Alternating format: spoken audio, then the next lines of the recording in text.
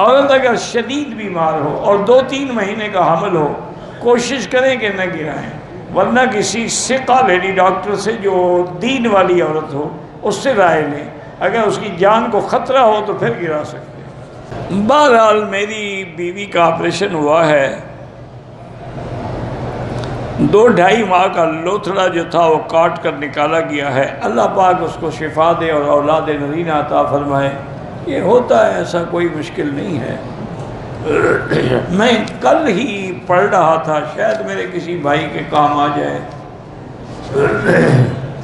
کہ جن عورتوں کے حمل گر جاتے ہیں یا کوئی نہ کوئی وجہ ہو جاتی ہے، حمل پوری مدت کے بعد نہیں ہوتا یا ہوتا ہے تو ختم ہو جاتا ہے، تو اس کے لیے سب سے بہتر یہی ہے کہ بسم اللہ الرحمن الرحیم 160 دفعہ ایک کاغذ پہ خود لکھ لیں، کسی پیر شیر کی ضرورت نہیں ہے، تم خود پیر ہو ماشاءاللہ، باریک کاغذ ہو اس پہ جناب 160 دفعہ بسم اللہ الرحمن الرحیم، پھر اس قرآن کی آیت کا تعویذ بنا کے بیوی کے گلے میں ڈال دو، انتہائی آرام سے اور طبیعی ولادت ہو جائے گی اور کوئی خطرہ بھی نہیں ہوگا۔ کیونکہ مجھے تو اللہ کے قرآن پہ یقین ہے، تمہیں یقین نہ ہو تمہاری مرضی۔ بہرحال علماء نے لکھا ہے جو داڑھی منڈاتا ہے مدینہ نہ جائے، نہیں مدینہ شریف کیوں نہ جائے، لیکن استغفار کرے، توبہ کرے۔ حرم میں جو کھانا باہر تقسیم ہوتا ہے، بہرحال آپ سید ہیں، حسنی ہیں، حسینی ہیں، کوئی بھی ہیں، کھا سکتے ہیں، یہ کوئی زکوٰۃ کا مال نہیں ہے۔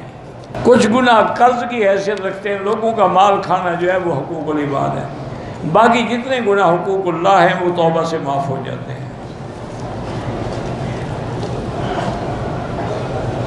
میں آپ سے محبت کرتا ہوں، اللہ آپ کو جزائے خیر دے۔ حدیث میں آتا ہے کہ جب کوئی کہے کہ میں آپ سے محبت کرتا ہوں تو آپ کہیں احبک اللہ کما احببتنا، اللہ تم سے محبت کریں جیسے تم ہم سے محبت کرتے ہو۔ احرام کی حالت میں سگریٹ پینا ڈبل حرام ہے۔ عمرے کے لیے طواف کرتے ہوئے 2 سے 3 چکر کے بعد حتیم کے اندر نفل ادا کرے، بالکل طواف بھی نہیں ہوگا۔ عمرے کی صفا دوڑتے ہوئے ٹانگیں چھلنے سے خون یا پیپ نکل آئے، کوئی حرج نہیں، کچھ نہیں ہوتا۔ اگر ایسی بات ہے تو آپ سادہ تیل لگا لیا کریں۔ عمرے کے بعد عورتوں کے لیے نماز پڑھنا حرم میں افضل ہے یا ہوٹل میں افضل ہے، لیکن چند دن کے لیے آئی ہیں تو حرم سے ان کو روکیں بھی نہیں۔